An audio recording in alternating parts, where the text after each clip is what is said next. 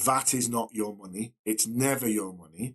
VAT, I've always described VAT as you are a free tax collector for the government. That's all that VAT does for you. The 30% commission, if that's how they are selling their wares, if that's how they're selling their goat curry, and that's what people are going to be going for, that 30% has to be included in the profit and loss.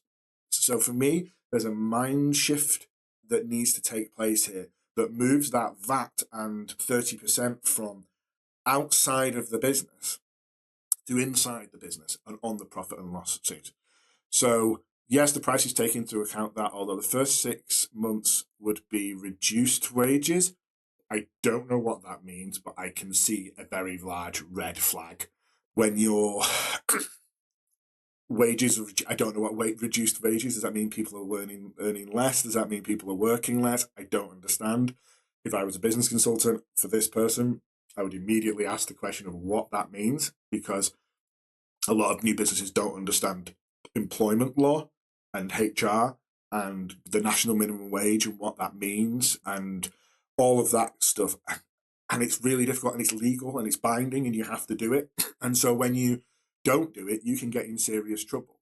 So annual turnover is estimated to be around 240,000, around 6 to 7 months based on current estimate. I only estimate 40 sales a day across the entire menu for the first 3 months, then 80 for the next one. I would love to know where they have got that information from. Have they gone and looked at other businesses? Have they gone to libraries and organizations who have done deep dive estimates on takeaway?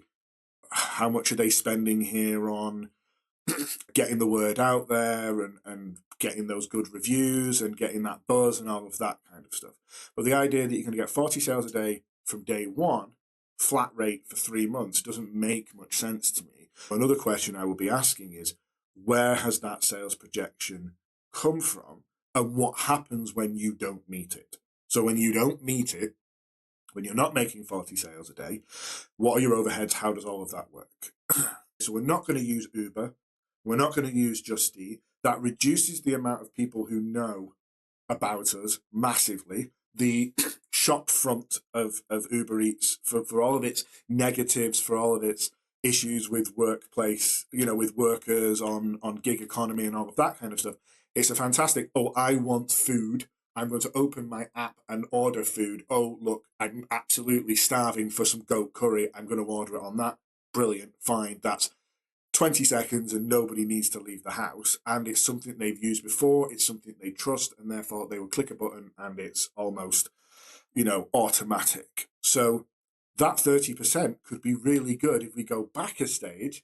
If we can up our 40 sales a day to 120 sales a day, that sounds like a lot for a brand new business, but we take 30% off because of Uber Eats, is that better than 10 sales per day, but we make an extra 30%?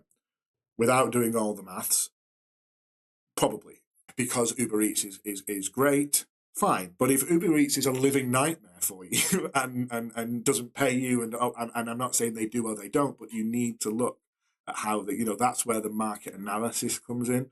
That's where the tough talking and understanding.